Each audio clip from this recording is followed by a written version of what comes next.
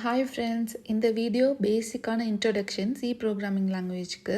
இதில் நம்ம என்னெல்லாம் பார்க்க போகிறோன்னா, ப்ரோக்ராமிங்னா என்ன, ப்ரோக்ராமிங் லாங்குவேஜில் என்ன டைப்ஸ்லாம் இருக்குது, அதுக்கப்புறம் கம்பைலர் அண்ட் இன்டர்பிரிட்டர் இந்த ரெண்டுக்கும் உள்ள டிஃப்ரென்ஸ், இந்த 3 கான்செப்ட் தான் இந்த வீடியோவில் பார்க்க போகிறோம்.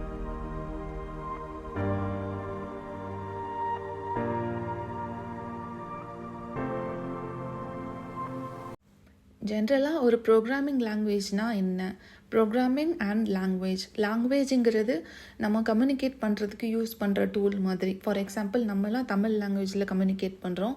Other state people, other country people ஒருத்தருக்கும் அவங்க லாங்குவேஜ் வச்சுருப்பாங்க, அவங்க ரீஜன் ஸ்பெசிஃபிக்காக.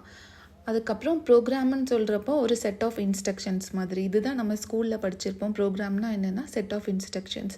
அப்போ ப்ரோக்ராமிங் லாங்குவேஜ்னால் கம்ப்யூட்டருக்கு புரிகிற லாங்குவேஜில் அதுக்கு இன்ஸ்ட்ரக்ஷன் கொடுக்குறோம். நம்ம கம்ப்யூட்டர்கிட்ட என்ன வேலை வாங்கணும்னு நினைக்கிறோமோ அதை லாஜிக்கலி குரூப் பண்ணி செட் ஆஃப் இன்ஸ்ட்ரக்ஷன்ஸாக கொடுத்தோன்னா அதை அண்டர்ஸ்டாண்ட் பண்ணி நமக்கு தேவையான அவுட்புட்டை கொடுக்கும். ஃபார் எக்ஸாம்பிள், இப்போ நம்ம ஒரு புது ரெசிபி ட்ரை பண்ணுறோன்ட்டு இன்ஸ்டாவில் ஒரு ரெசிபி பார்க்குறோம் அப்படின்னா அதில் எல்லாமே இருக்கும். என்ன இன்க்ரீடியன்ட்ஸ் தேவைப்படுது, குக்கிங் ப்ரொசீஜர் என்ன, அவுட்புட் என்ன, அந்த மாதிரி கொடுக்குற மாதிரி நம்ம ஒரு ப்ரோக்ராம் எழுத போகிறோம் கம்ப்யூட்டருக்கு புரிகிற மாதிரி. ஃபஸ்ட்டு என்ன இன்க்ரீடியன்ட்ஸ்னால் அதை இன்புட் வேரியபிள்ஸ் என்ன யூஸ் பண்ண போகிறோம், அந்த மாதிரி அந்த குக்கிங் அந்த லாஜிக் ப்ரிப்பரேஷன் மெத்தடுங்கிறத இங்கே கம்ப்யூட்டர் லாஜிக் மாதிரி அடிஷனோ இல்லை ப்ரைம் நம்பர் கேல்குலேஷனோ எதுக்கோ அந்த மெயின் லாஜிக்கை நம்ம கம்ப்யூட்டருக்கு புரிகிற லாங்குவேஜில் எழுதிட்டு ஃபைனல் அவுட்புட் நம்ம அதை ரிசீவ் பண்ணுறதுக்கு அதுக்கும் நம்ம கோட் பண்ணியிருப்போம். இதுதான் ப்ரோக்ராமிங் லாங்குவேஜ். இதில் சி லாங்குவேஜ் ஒரு பிகினர் ஃப்ரெண்ட்லி லாங்குவேஜ் மாதிரி. இப்போதைக்கு பைத்தானும் ரொம்ப பிகினர் ஃப்ரெண்ட்லி லாங்குவேஜ் தான். புதுசாக நீங்கள் ஒரு லாங்குவேஜ் கற்றுக்கணும்னு நினச்சிங்கன்னா பைத்தான் கூட ஸ்டார்ட் பண்ணலாம். முன்னாடிலாம் சி தான் ஸ்டார்ட் பண்ணுவாங்க, இப்போ பைத்தான் கூட பண்ணலாம். சி லாங்குவேஜை ஃபஸ்ட்டு 1972 டெனிஸ் ரிச்சி தான் பெல் லேப்ஸில் வச்சு கண்டுபிடிச்சாங்க. அதை வச்சு நம்ம என்ன மாதிரி சாஃப்ட்வேர் வேணாலும் கோட் பண்ணிக்கலாம். ஃபார் எக்ஸாம்பிள், வைரஸ் சாஃப்ட்வேர், இல்லை கேமிங் சாஃப்ட்வேர், ஆன்டிவைரஸ், இல்லைனா நம்ம ஓஎஸ் கூட டிசைன் பண்ணிக்கலாம் சி லாங்குவேஜ் வச்சு. ஃபார் எக்ஸாம்பிள், யூனிக்ஸ் ஓஎஸ்லாம் இந்த மாதிரி சி லாங்குவேஜ் வச்சு தான் கோட் பண்ணாங்க. ஜென்ரலாக ப்ரோக்ராமிங் லாங்குவேஜில் 3 கேட்டகரி இருக்கும். லோ லெவல் லாங்குவேஜ், அதுக்கப்புறம் இன்டர்மீடியட் லெவல் லாங்குவேஜ், அதுக்கப்புறம் high level language. Low level லாங்குவேஜுங்கிறது கம்ப்யூட்டருக்கு புரிகிற மாதிரி லாங்குவேஜில் எழுதுறது. கம்ப்யூட்டருக்கு என்ன புரியும், 0s and 1s மட்டும்தான்.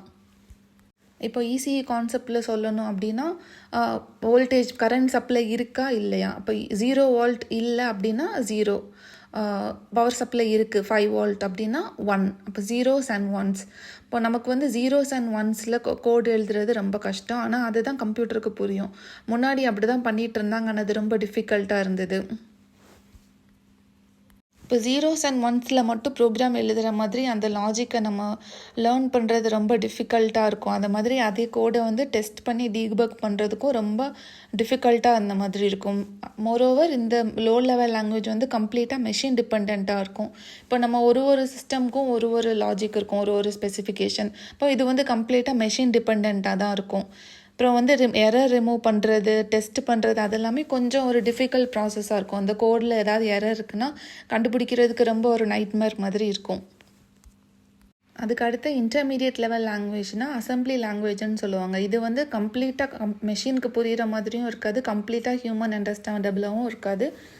லைட்டாக இங்கிலீஷ் வேர்ட்ஸ் இருக்கும். நீங்கள் இந்த மைக்ரோ ப்ராசஸர் லேபில் படிச்சிருப்பீங்கள்ல, ஆட், சப், மல், டிவ், அந்த மாதிரி 10 add 101, அதுக்கப்புறம் மல்டிப்ளிகேஷனுக்கு MUL யூஸ் பண்ணியிருப்பாங்க, நிமோனிக்ஸ். அந்த மாதிரி ஆப்பரன்ஸ் எல்லாம் பைனரியில் எழுதிட்டு நம்பர்ஸ் இதை அந்த ஆப்ரேஷன் என்ன பண்ண போகிறோமோ அதை நிமோனிக்ஸில் மென்ஷன் பண்ணியிருப்பாங்க. இந்த மாதிரி கோடு எழுதுகிறப்போ இந்த நிமோனிக்ஸை கம்ப்யூட்டரால் அண்டர்ஸ்டாண்ட் பண்ண முடியாது. அப்போது அண்டர்ஸ்டாண்ட் பண்ணுறதுக்கு இன்னொரு டிரான்ஸ்லேட்டர் யூஸ் பண்ணியிருப்பாங்க, அதை அசம்பிளர்னு சொல்லுவாங்க. அது இந்த அசம்பிளி லெவல் லாங்குவேஜை மெஷினுக்கு புரிகிற மாதிரி லோ லெவல் லாங்குவேஜாக கன்வெர்ட் பண்ணி கொடுக்கும். ஓகேவா? நெக்ஸ்ட்டு ஹை லெவல் லாங்குவேஜ் பார்க்கலாம். ஹை லெவல் லாங்குவேஜ்னால் கம்ப்ளீட்டாக இங்கிலீஷில் இருக்கும். யூசருக்கு நமக்கு புரிகிற மாதிரி சிம்பிளான இங்கிலீஷ் லாங்குவேஜில் கம்ப்ளீட்டாக அதுதான் இருக்கும். இதெல்லாம் நம்ம for example C language, Java, அதுக்கப்புறம் பழைய லாங்குவேஜஸ்னால் ஃபோர்ட்ரான், கோபால், இதெல்லாம் இங்கிலீஷில் புரிகிற மாதிரி ஹை லெவல் லாங்குவேஜஸ். யூஸரால் ஈஸியாக புரிஞ்சிக்க முடியும், லேர்ன் பண்ணுறது ஈஸி, டெஸ்டிங் அண்ட் டீபகிங் பண்ணுறது ஈஸி. இதெல்லாமே மெஷின் இண்டிபெண்ட் லாங்குவேஜ். ஏன்னா யூஸருக்கு புரிகிற மாதிரி தான் எழுதுகிறோம். அதை டிரான்ஸ்லேட்டர் யூஸ் பண்ணி கன்வெர்ட் பண்ணிப்பாங்க, மெஷினுக்கு புரிகிற லாங்குவேஜ்க்கு சேஞ்ச் பண்ணுவாங்க. ஓகேவா? இப்போ மெஷினுக்கு புரிகிற லாங்குவேஜில் ட்ரான்ஸ்லேட் பண்ணுறதுக்கு முதல்ல நான் அசம்பிளர்னு சொல்லலை, அசம்பிளி லாங்குவேஜை லோ லெவல் லாங்குவேஜாக மாற்றோன்ட்டு. அந்த மாதிரி டிரான்ஸ்லேட்டர்ஸ் 2 இருக்குது. அதுதான் கம்பைலர் அண்ட் இன்டர்ப்ரெட்டர். அப்படி இப்போது நீங்கள் பார்த்துக்கிட்டிங்கன்னா ஹை லெவல் லாங்குவேஜ் வந்து யூசருக்கு புரிகிற லாங்குவேஜ், லோ லெவல் லாங்குவேஜ் வந்து மெஷின் கம்ப்யூட்டருக்கு புரிகிற லாங்குவேஜ். ஓகேவா? இப்போ கம்பைலர் என்ன பண்ணும், இன்டர்ப்ரெட்டர் என்ன பண்ணும் அப்படின்னா, இன்டர்ப்ரெட்டரோட ஸ்டைல் ஆஃப் ஒர்க்கிங் ட்ரான்ஸ்லேட்டிங் எப்படின்னா, நம்ம கொடுத்துருக்க லாங்குவேஜில் உள்ள கோடை வந்து லைன் பை லைனாக எக்ஸிக்யூட் பண்ணும். ஒரு லைனுக்கும் அவுட்புட் வரும். அப்போது இந்த மாதிரி இன்டர்ப்ரெட்டர் பேஸ்ட் லாங்குவேஜஸ்னால் பைத்தான் சொல்லலாம். அப்போது இந்த மாதிரி ஒரு ப்ரோக்ராம் 10 லைன்ஸ் ஆஃப் கோடு இருக்குன்னா இதில் 5th லைனில் எரர் இருக்குன்னு நினச்சிக்கோங்க அந்த பைத்தான் கோடில். அப்போது ஃபஸ்ட்டு 4 லைன்ஸுக்குள்ள அவுட்புட் வந்து வரும். 5th லைனில் எரர்னா அதுக்கு பின்னாடி உள்ளது எதுவுமே எக்ஸிக்யூட் ஆகிருக்காது, ஏன்னா அங்கே எரர்னு ஸ்டக் ஆகிடுச்சு. இதுவே கம்பைலர் அப்படின்னா கம்ப்ளீட்டாக உள்ள கோடு எல்லாத்தையும் ஸ்டடி பண்ணிவிட்டு எக்ஸிக்யூட் பண்ணிவிட்டு அவுட்புட் கொடுக்கும். அப்போ ஏதாவது ஒரு லைனில் எரர் இருந்தாலும் கம்ப்ளீட் கோடே ரன் ஆகாது. எரரை ரெக்டிஃபை பண்ணதுக்கப்புறம் தான் ரன் ஆகும். ஈஸியாக புரிஞ்சுக்கணுன்னா, இப்போ நம்ம ஒரு ஹோட்டலில் போகிறோம், ரெஸ்டாரண்ட்டோ இல்லை KFC அவுட்லெட்டோ சம்திங் வாங்க போகிறோம், நம்ம ஆர்டர் கொடுக்குறோம் அப்படின்னா, இப்போ நம்ம ரெஸ்டாரண்ட்ஸில் போகிறோன்னா ஒன்று ஒன்றா அவங்க ப்ரிப்பேர் பண்ண எடுத்துகிட்டு வந்துடுவாங்க. ஃபஸ்ட்டு சூப்போ இல்லை ஸ்டார்டர்ஸ், நெக்ஸ்ட்டு மெயின் டிஷ், எண்டில் வந்து ஜூஸ் ஆர் ஐஸ்கிரீம் ஒன்று ஒன்றா ப்ரிப்பேர் ஆக எடுத்துகிட்டு வந்து கொடுத்துட்ருப்பாங்க. நம்ம ஒன்று ஒன்றா சாப்பிட்டுட்ருக்கலாம். அந்த மாதிரி 1 by 1 அவுட்புட் கொடுக்குறது லைன் பை லைன், அது வந்து இன்டர்ப்ரெட்டர். கம்பைலர்னால் இப்போ KFC அவுட்லெட் போனீங்கன்னா ஃபுல் ஆர்டரும் ரெடி ஆனதுக்கப்புறம் ஒரு 10 மினிட்ஸ்க்கு அப்புறம் நம்மளே போய் வாங்குற மாதிரி இருக்கும். ஒரே பிளேட்டில் மொத்தமாக கொடுத்துருவாங்க. அதுதான் கம்பைலர். கம்ப்ளீட்டாக வந்து ஃபைனல் அவுட்புட் ஒரே கோலில் வந்துடும். C ப்ரோக்ராமிங்கில் கம்பைலேஷன் எப்படி நடக்குதுன்ட்டு டீட்டெயிலாக இன்னொரு வீடியோவில் பார்க்கலாம். ஓகேவா? ஸோ இந்த வீடியோவில் என்ன பார்த்தோன்னா, ப்ரோக்ராமிங் லாங்குவேஜ்னால் என்னன்னு பார்த்தோம். ப்ரோக்ராமிங் லாங்குவேஜ்னால் நம்ம கம்ப்யூட்டருக்கு வந்து என்ன வேணும்ன்ட்டு எக்ஸ்பெக்ட் பண்ணுறோமோ அதுக்கு கொடுக்குற செட் ஆஃப் இன்ஸ்ட்ரக்ஷன்ஸ், அதை ஃபாலோ பண்ணி நமக்கு தேவையான அவுட்புட் அது கொடுக்கும். அதில் வந்து 3 கேட்டகரி இருக்குது: low level, middle level, high level language. Low level அப்படிங்கிறது ஃபுல்லாக கம்ப்யூட்டருக்கு புரிகிற லாங்குவேஜ், 0s and 1s. இதுவே வந்து அசம்பிளி லெவல் லாங்குவேஜ்னால் கொஞ்சம் இங்கிலீஷும் இருக்கும், நிமோனிக்ஸ் யூஸ் பண்ணியிருப்பாங்க, ஆட், சப், அந்த மாதிரி லைட்டாக ஒரு மிடில் லெவலில் இருக்கும். இப்போது நம்ம அசம்பிளர் யூஸ் பண்ணி ஃபுல்லாக மெஷின் கோடுக்கு அதை கன்வெர்ட் பண்ணிக்கலாம். அப்போது இந்த லோ லெவல் லாங்குவேஜில் கம்ப்யூட்டருக்கு மட்டும் புரிகிற மாதிரி இருக்க லாங்குவேஜை மெஷின் லாங்குவேஜ்ன்ட்டு சொல்லுவாங்க. ஓகேவா? நெக்ஸ்ட்டு ஹை லெவல் லாங்குவேஜ்னால் இங்கிலீஷில் இருக்கும். கம்ப்ளீட்டாக நம்ம யூஸருக்கு புரிகிற மாதிரி, நம்ம லேர்ன் பண்ணி கோட் பண்ணுறதுக்கு நமக்கு ரொம்ப ஃப்ளெக்சிபிளாக இருக்கும்.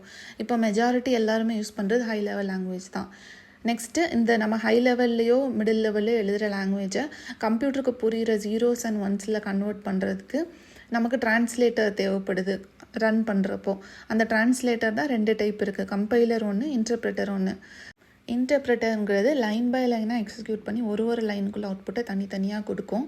ஆனால் கம்பைலருங்கிறது ஃபுல் கோடை ரன் பண்ணிவிட்டு ஃபைனலாக ஒரு எக்ஸிக்யூட்டபிள் ஃபைலை வந்து அவுட்புட்டாக கொடுக்கும். ஓகேவா?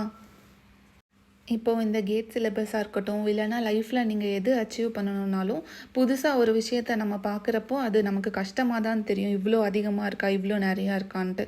ஆனால் நம்ம அதை பார்த்து பயப்படக்கூடாது. டெய்லி குட்டி ஸ்டெப்பு, டெய்லி நம்ம சின்ன ஸ்டெப்பாக எடுத்து வச்சோன்னா கண்டிப்பாக நம்ம அதை நம்ம கோலை நோக்கி அதை கொண்டு போயிட்டுருக்கோம். கண்டிப்பாக நமக்கு வந்து டேலண்ட் இல்லைன்னா கூட டிசிப்ளினாக டெய்லி ஒரு கன்சிஸ்டன்ட் எஃபர்ட் போட்டுகிட்டே இருக்கோம் அப்படின்னா, போடுறோன்னா அதுக்கான ரிசல்ட் நமக்கு கண்டிப்பாக வரும்.